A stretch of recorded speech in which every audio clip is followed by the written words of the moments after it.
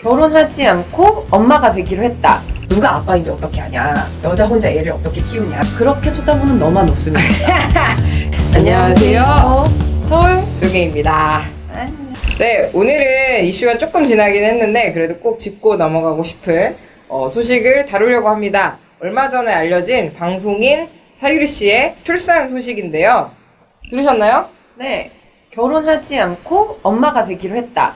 많이 알려졌죠? 네. 그리고 실제로 이제 아들을 출산한 거죠. 그래서 그 사진이 올라오고 이슈가 됐어요. 많은 사람들이 축하한다라는 소식을 전하기도 했는데 사유리 씨가 원래 한국에서 방송 활동을 하고 있었는데 일본에서 출산을 할 수밖에 없었던 사연을 알리면서 그 이후로 정치권까지 얘기가 됐습니다.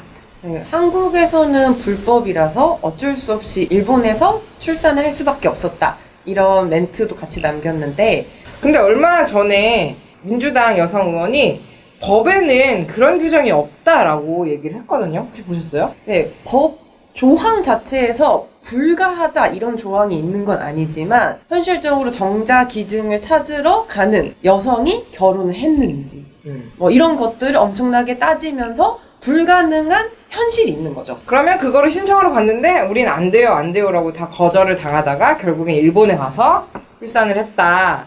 그러면 여성이 혼자 아이를 낳는 영화도 있었고 얼마 전에 유튜브에서 중국에서도 여성이 혼자 정자기증을 받아서 이제 출산을 하는 유튜브도 본 적이 있거든요. 근데 왜 우리나라만 안 되는 걸까요? 유명인인 사유리 씨가 비혼 출산을 한 것은 대단히 각광을 받고 응원도 받고 지금 더 많은 논의가 이어지고 있는데 사실 우리나라 비혼은 되게 많아요. 그리고 비혼모들이 겪고 있는 차별이라는 것이 어떤 것인지 알고 있기 때문에 그것을 실행을 하기에는 사유리 씨 정도 되는 사람 말고는 없는 거죠. 이번에 사유리 씨가 정자기증을 받아서 출산을 했다라는 그 기사나 글들의 댓글을 보면 누가 아빠인지 어떻게 아냐, 여자 혼자 애를 어떻게 키우냐, 그 애가 받을 차별을 어떻게 책임질 거냐 이런 이야기들이 되게 많은데 많은 사람들이 말하죠. 그렇게 쳐다보는 너만 없으면 된다. 출산을 전통적으로 또는 관행적으로 규정해놓은 정상 가족 안에서만 가능한 것으로 보고 있다라는 거네요. 네네. 그렇지 않으면 출산이라는 것을 해서도 안 되고.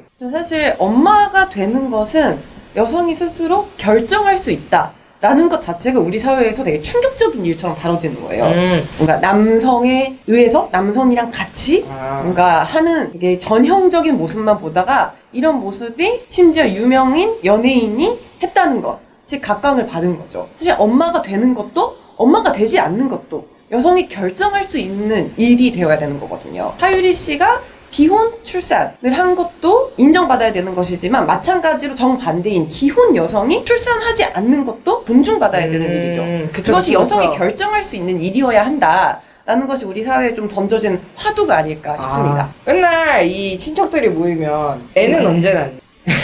아니죠. 애는 언제 낳니는 결혼한 여성에게만 묻는다는 거죠. 하나 더 들어가서 그렇게 생각해 볼 수 있죠. 결혼하지 않았는데 애는 언제 낳니라는 질문을 받는 것은 우리 사회에서 상상하기 좀 어렵죠.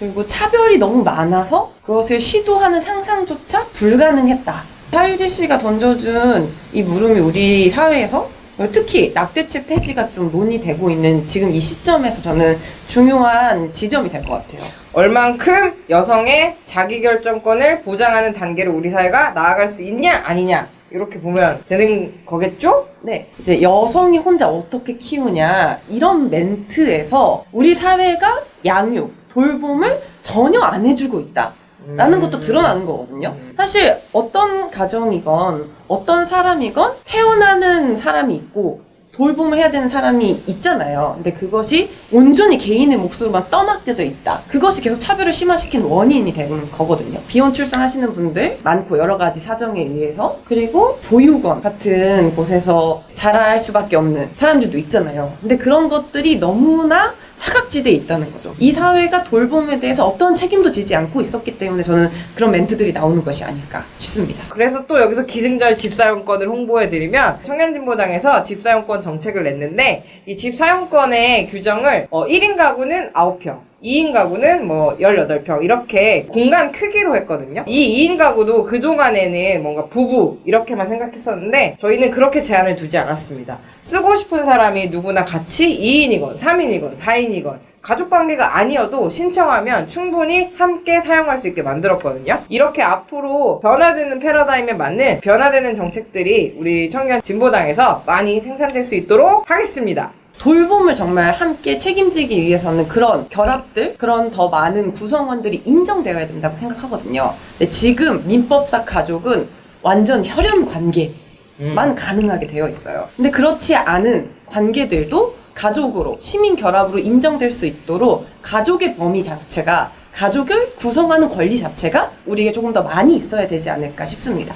전형적이지 않은 미래를 상상하는 여성들이 많이 있다는 것 자체가 저에겐 되게 행복한 일이었어요. 사유리 씨를 보면서. 그래서 사유리 씨가 정말 건강하고 출산된 아기도 건강하게 잘 자랐으면 좋겠고 응원하는 마음으로 지켜보겠습니다. 오늘은 여기까지. 구독과 좋아요. 알림 설정.